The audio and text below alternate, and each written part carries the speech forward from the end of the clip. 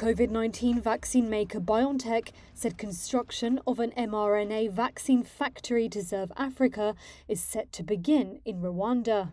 It follows a pledge by the biotech firm to secure mRNA vaccine production on the continent, where inoculation rates have fallen far behind other parts of the world.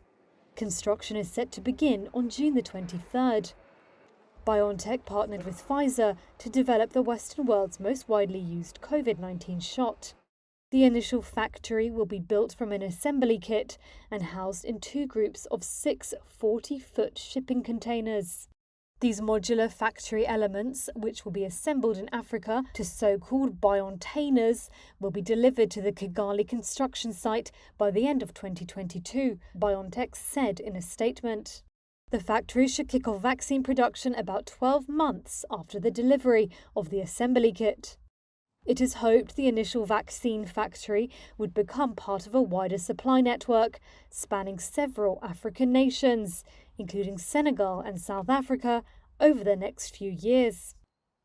The project push comes as Western-made coronavirus vaccine doses finally arrive in force on the continent after a much criticised delay.